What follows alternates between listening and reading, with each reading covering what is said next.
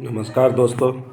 मैं भी एक आईबीसी हूँ, विवेक बिंद्रा के चंगुल में फंस चुका हूँ और बहुत बुरी तरह से फंस चुका हूँ। 11 फरवरी को मैंने आईबीसी ज्वाइन किया था और दिल्ली जाकर के 3 दिन का ट्रेनिंग भी लिया। ट्रेनिंग में 10,000 खर्चा हुआ और पहला मैं ऐसा आईबीसी था, आसपास खास में अपने दोस्त, कनिष्ठ दोस्त को आईबीसी बनाया था 1 लाख में। मुझे बहुत बुरा लग रहा है, आज उससे मैं अपनी नज़रें नहीं मिला पा रहा हूँ, वो भी नहीं कमा पाया। उसने भी एक दोस्त को बनाया जो कि ज्वेलरी का काम करते हैं, उसने भी 65,000 लगाया। अभी मैं कुछ नहीं कर पा रहा हूँ क्योंकि दिन ब दिन इनका कोर्स हमेशा बदलते रहता है। मेहनत करते हैं, फिर पता चलता है बदल जाता है। इवेंट में भी गया, वहाँ पर 10-12 हज़ार खर्चा हुआ।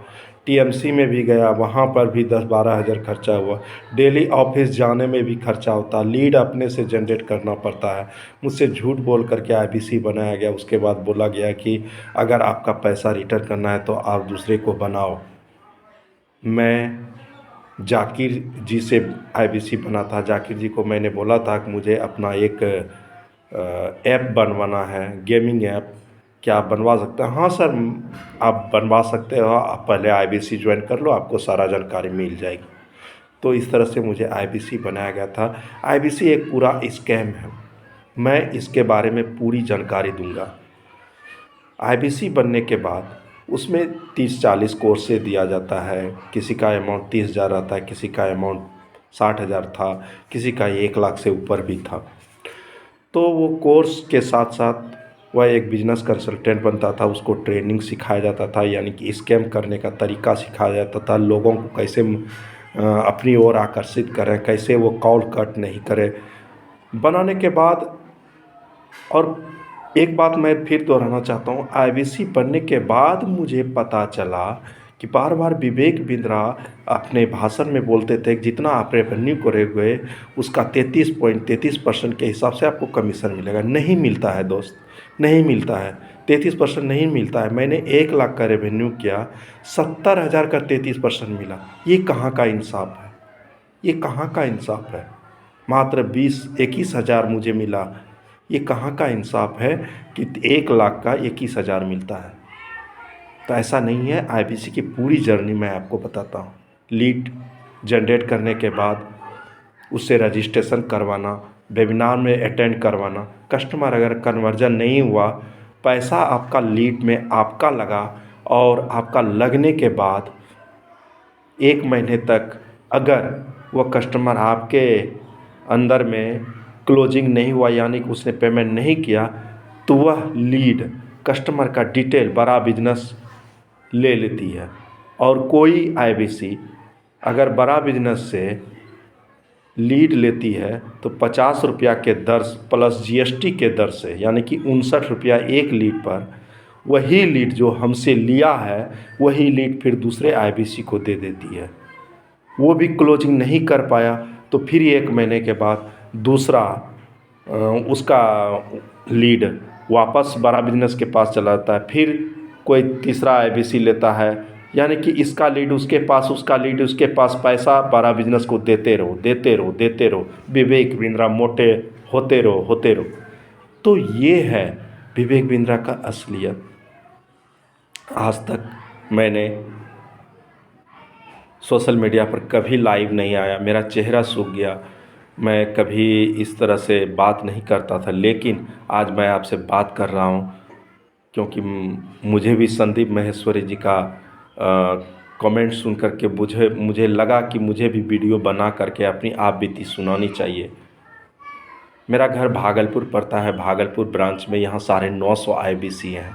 शायद ही कोई ऐसा आईबीसी 950 में से होगा जिसका पैसा रिटर्न हुआ हो, चाहे वो कमीशन के द्वारा, चाहे वो बड़ा बिजनेस कंपनी के द्वारा। किसी का नहीं हुआ है दोस्त, किसी का नहीं।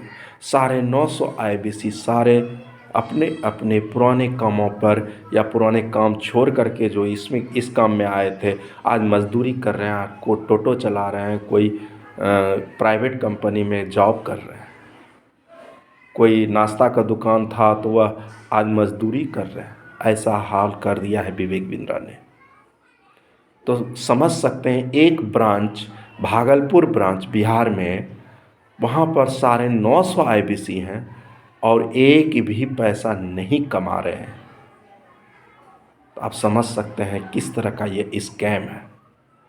950 का आप मान के चलो, 950 का 50,000 रुपया के दर से कितना पैसा होता है, करोड़ों में चला जाता है एक ब्रांच। और पूरे इंडिया में लगभग 200 से ज़्यादा चैनल पार्टनर का ब्रांच है। तो समझ सकते हो कि एक ब्रांच से जब इतना स्कैम हो सकता है तो और सारे ब्रांच मिलाकर के कितना स्कैम हुआ होगा।